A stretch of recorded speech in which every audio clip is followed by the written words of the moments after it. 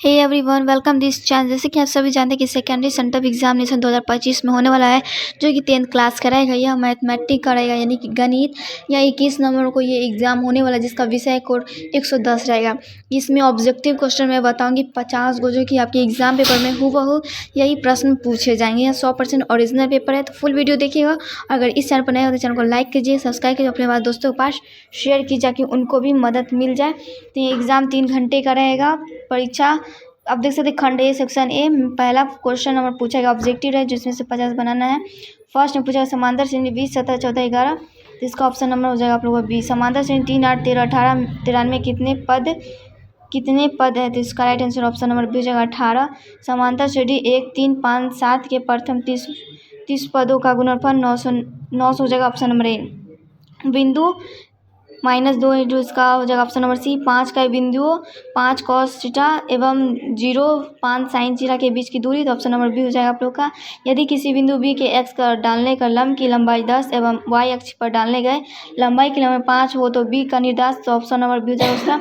बिंदु 1 -3 का 4 - 6 के बीच की दूरी, तो ऑप्शन नंबर बी हो जाएगा आप लोग का। वाई अक्ष पर वह बिंदु जो बिंदुओं 5 2 और 3 2 में समवर्तन होगी, ऑप्शन नंबर ए हो जाएगा आप लोग का। ABCD एक आयतन जिसके शीर्षण इतना से इतना एवं है, तो आयतन का एक विकर्ण होगा, तो इसका right answer option number B हो जाएगा। यदि इतना एवं किसी त्रिभुज के शीर्षकों का नियमांक हो, तो उसका त्रिभुज की परिमिति, इसका right answer option number C हो जाएगा आप लोग का।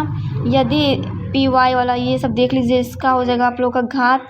इसका घात आप लोग का इसमें हो जाएगा ऑप्शन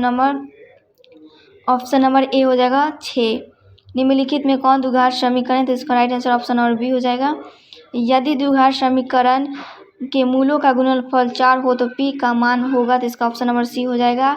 यदि x - 2 px x - 6 का एक गुणनखंड हो, तो p का मान क्या होगा, इसका right answer option number C. के किसी मान के द्विघात समीकरण, तो इसका राइट आंसर आप लोग का हो जाएगा, इसमें ऑप्शन नंबर बी हो जाएगा। द्विघात समीकरण ये दिया गया है कि मूलों की प्रकृति क्या होगी, इसका ऑप्शन नंबर ए हो जाएगा वास्तविक एवं असमान। यदि द्विघात समीकरण y² + 3y - 18 है, तो इसका मूल -6 हो, तो इसका दूसरा, तो ऑप्शन नंबर डी होगा। यदि द्विघात समीकरण के मूल a अल्फा + बीटा हो, तो α² + β² का मान होगा, ऑप्शन नंबर बी हो जाएगा इसका।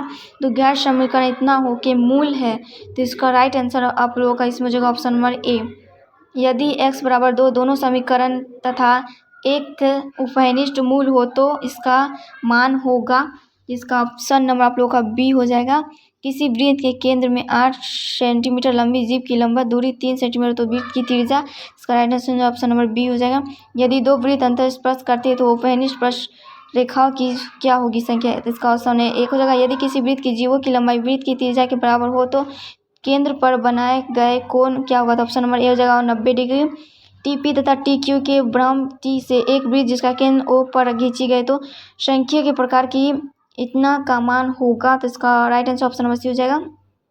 यदि tan 2a cot a बराबर 18 डिग्री, जहाँ 2 एक न्यून कोण है, तो a का मान ऑप्शन नंबर बी हो जाएगा 36 डिग्री। यदि sin थीटा बराबर √3/2 थीटा 90 डिग्री हो, तो tan थीटा माइनस क्या होगा, तो ऑप्शन नंबर ए हो जाएगा इसका।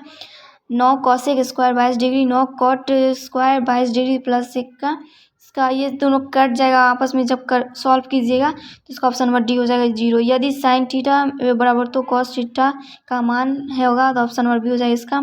यदि sec थीटा बराबर 13/2 तो cot थीटा, इसका right answer option number C हो जाएगा। यह दोनों घनों के आयतन का अनुपात 1:64 है, तो उनके संपूर्ण पृष्ठ क्षेत्रफल का अनुपात क्या होगा, तो आप लोग इसमें 29 30 का कट चुका है, 30 और 29 का कटेगा, उसका ऑप्शन में भी हो जाएगा, ठीक है। 34 दोनों वित्तीय बेलन की जिनका आयतन समान है, उनकी ऊंचाई का अनुपात 1:2 है, तो उनकी त्रिज्या का अनुपात ऑप्शन नंबर ए हो जाएगा। एक बेलन का वर्गनिष्ठ क्षेत्रफल 1760 सेंटीमीटर स्क्वायर एवं इसके आधार पर व्यास 18 सेंटीमीटर की इसकी ऊंचाई होगी, तो इसका right answer option number C हो जाएगा।